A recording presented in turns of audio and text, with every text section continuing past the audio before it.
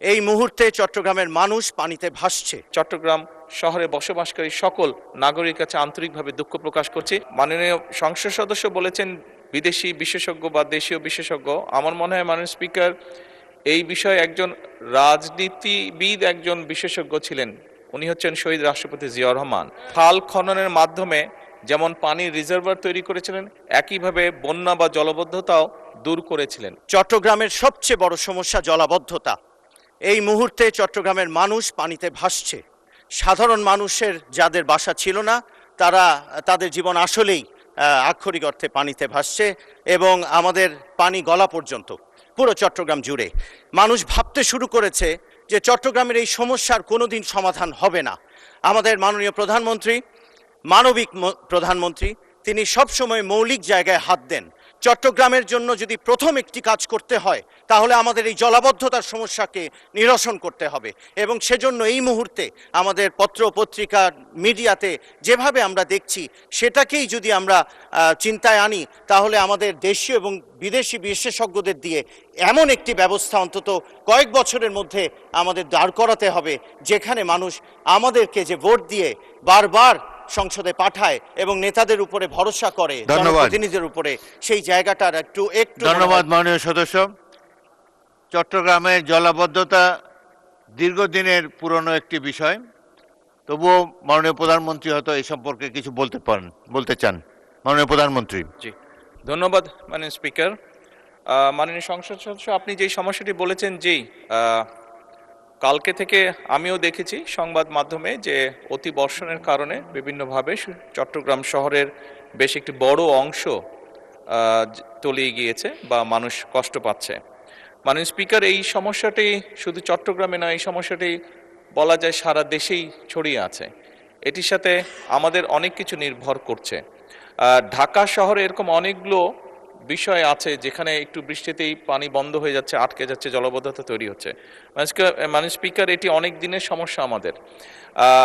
মাননীয় সংসদ সদস্য বলেছেন বিদেশি বিশেষজ্ঞ বা দেশীয় বিশেষজ্ঞ। আমার মনে হয় মাননীয় স্পিকার এই বিষয়ে একজন রাজনীতিবিদ, একজন বিশেষজ্ঞ ছিলেন। উনি হচ্ছেন শহীদ রাষ্ট্রপতি জিয়াউর রহমান, যিনি সমগ্র বাংলাদেশে খাল খননের মাধ্যমে যেমন পানির রিজার্ভার তৈরি করেছিলেন, একইভাবে বন্যা বা জলবদ্ধতাও দূর করেছিলেন। এবং মাননীয় স্পিকার, আমাদেরকে ঠিক একই কাজে আবার ফিরে যেতে হবে। বর্তমান সরকার কর্মসূচিটি নিয়েছে, খাল খনন কর্মসূচি। সারা দেশে এটি করা সম্ভব, সারা দেশে আমরা এই কাজটিও শুরু করেছি। শহর অঞ্চলগুলোতে যেটি সমস্যা হচ্ছে মাননীয় স্পিকার, বিভিন্ন যেই লেকগুলো আছে শহরের ভিতরে বা যেই ড্রেনগুলো, বড় নালাগুলো আছে, খালগুলো আছে, এইগুলো আমরা বিভিন্ন জিনিস ব্যবহার করি, যেমন প্লাস্টিক বোতল, পলিথিন ছাড়াও বিভিন্ন জিনিস যেগুলো ব্যবহার করে আমরা যারা বসবাস করছি তারা অসচেতনভাবে এইগুলো দিয়ে আমরা এই খাল বিলগুলোকে বন্ধ করে দিচ্ছি।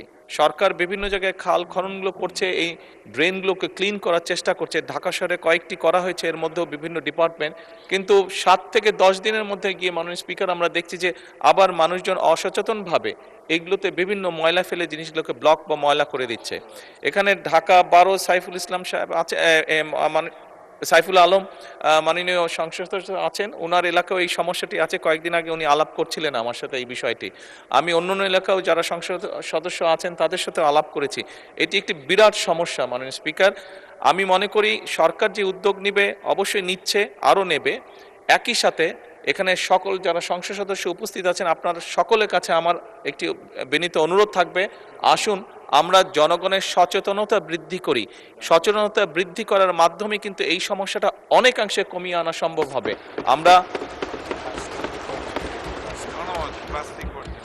আমরা জনমত তৈরি করার মাধ্যমেই, সচেতনতা তৈরি করার মাধ্যমে অনেকাংশে এই সমস্যাটার সমাধান করতে পারবো। প্লাস্টিক বোতল বা পলিথিন বা আরও এই ধরনের যেগুলো আসে দ্রব্য আছে যেগুলো দিয়ে ড্রেন বা নালাগুলো বা খালগুলো ব্লক হয়ে যায়, এগুলা কিভাবে আমরা ব্যবহার কমাতে পারি অথবা ব্যবহার করার পরে এগুলোকে প্রপারলি কিভাবে ডিসপোজ করতে পারি, এই বিষয়ে জনসচেতনতা বৃদ্ধি করতে হবে।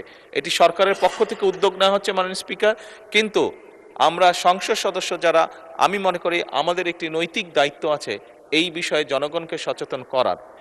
একই সাথে আমি মাননীয় সংসদ সদস্যকে বলতে চাই যে এরই মধ্যে চট্টগ্রাম সিটি কর্পোরেশনের যে প্রশাসক আছে ওনার সাথে আমার কথা হয়েছে, উনি এর মধ্যেই চেষ্টা করছেন, কিন্তু এখন তো এটা অনেক বড় একটা ওয়াটার লগ হয়ে গিয়েছে, স্বাভাবিকভাবে একটু সময় লাগবে।